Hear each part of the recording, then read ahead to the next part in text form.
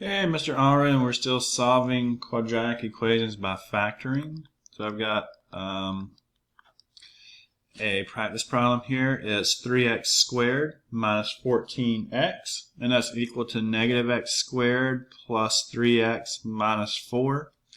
And remember that we like to solve these by factoring if we can get them in the form ax squared plus bx plus c, so that's equal to 0. But everything is not on one side, so it's not equal to 0. So before we start, we need to move everything to one side, so it is equal to 0. So I'm going to bring everything to the left, so I'm going to add x squared to both sides. So on the left, that'll give me 4x squared. I'll subtract 3x from both sides, so that'll give me negative 17x. And I'll add 4, so that'll be 4 on the left hand side. Okay, so now I do have it in the form that's going to allow me to factor it in a useful way. So let's go through the steps. Step 1, doesn't look like anything is in common. 4 and 17 are very different numbers. Excuse me. So I'm just going to bring it down. So A is 4, B is negative 17, and C is also 4. That may seem scary at first, but when we set up our pairs, hopefully it works. Two numbers that multiply together to give me A times C, which is 16, and add up to be B, which is negative 17. So they need to multiply to give me a positive, so they're the same sign. So my two numbers are either both positive or both negative. And then they give me a negative number, so they must both be negative, and I believe it's very quick to say they are negative 1 and negative 16. So we'll finish up the factoring there.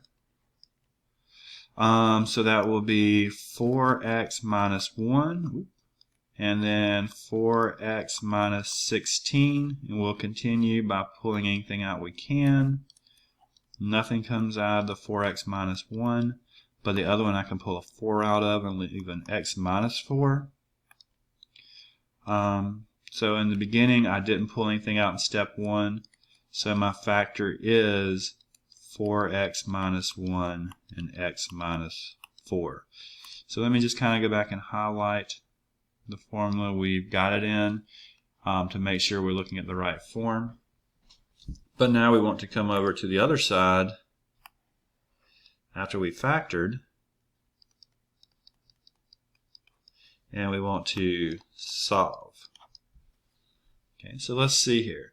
This thing factored into 4x minus 1 times x minus 4, and that was equal to 0. So if you multiply this thing back together, you'll get the line that I highlighted. So you just have to, on your own, make sure that you get from the original form to the highlighted form correctly. Now, as we have two things multiplied together, we can set them both equal to 0. So 4x minus 1 equals 0. X minus 4 equals 0. Solve them. X equals 1/4. And x equals 4, which should be our two answers. And if you're not sure if you did a good job, you can always take those numbers individually and come back to the original and plug it in for all the x's. And if it comes out right, then you know you did a good job. So if you're not sure if you got everything on one side correctly, you're going to check your answers. You definitely need to go back to the original, because the original is what it needs to work in. It should also work in the one where you got it on one side, though. But if you didn't do that correctly, it'll only work in one of them. Let's see, we got another one over here, similar. Practice problem B. X squared plus 5x minus 30 equal to 7x plus 5. So again, everything is not on one side. So pulling this over, we would have x squared minus 2x minus 35 equal to 0. Okay. So in that case, we're going to set up ourselves to factor now that it's all on one side. Doesn't look like anything comes out, and it looks like this one is pretty quick. X squared minus 2x minus 35, where A is 1, B is -2, C is -35. So moving right along, we need two numbers that multiply together to give us A times C, or -35. At the same time, add up to B, which is -2. And a little trial and error here, we'll say this is -7 and +5.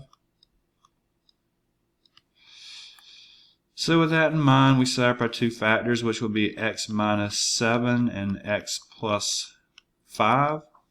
And we don't have anything to pull out, so step 4 will be the same. Step 5 will be the same, since we didn't have anything to start with that came out. So let's go ahead and bring that over and solve.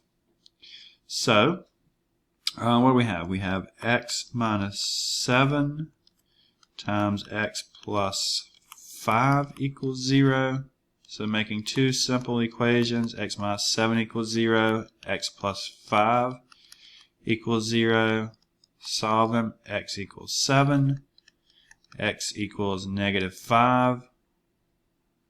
Two answers should work in the original statement up here if I went back in and plugged them in for x. Thank you.